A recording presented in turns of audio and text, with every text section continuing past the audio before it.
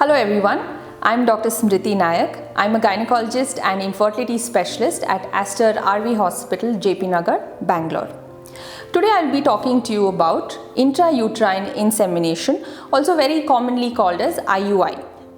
So I'll be trying to cover about what is IUI, when should it be done, and I'll run you through the procedure of the IUI, the success rates, as well as why the IUI fails. So what is IUI?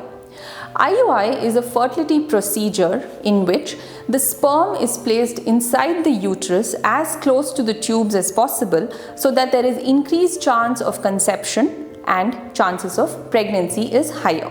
It is usually done in unexplained infertility where all the parameters are normal and still the couple is not able to conceive. The second most reason why we do IUI is if there are any ejaculatory dysfunction or erectile dysfunctions in the male partner. The third most common reason for doing IUI is mild male factor infertility, where there may be a slight decrease in the sperm count or the motility. So now that I've told you when it is indicated, when is it not supposed to be done? Since the tubes are a really important part of the IUI, if there is a bilateral tubal block, IUI is not indicated. Moving on to the procedure of the IUI. We usually see the patient on the second or third day of the period. We do a transvaginal scan to see if there are any cysts or any other abnormalities because of which the IUI should not be done that cycle.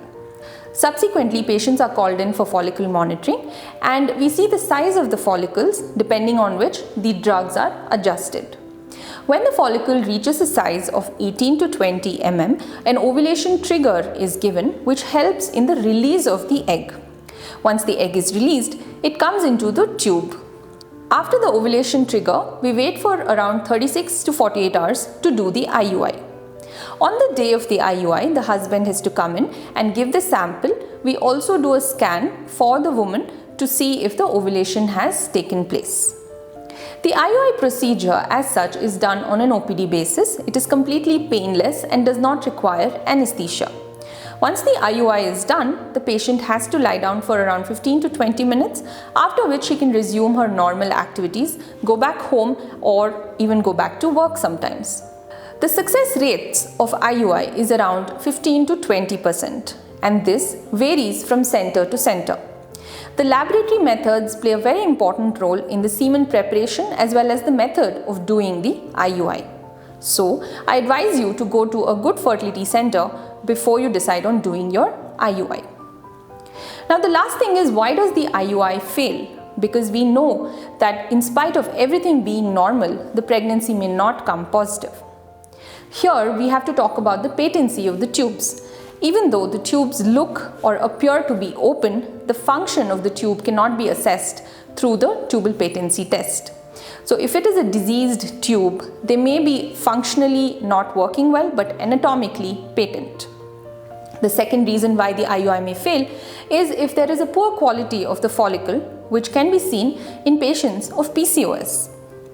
And the third most common reason can be if there is a male factor. Even though we see that the sperm count and the motility is normal, there may be some DNA damage which is there, and these can be detected only through advanced tests. Finally, I'd like to say that IUI is a very simple procedure. It is painless and less expensive compared to IVF. Thank you.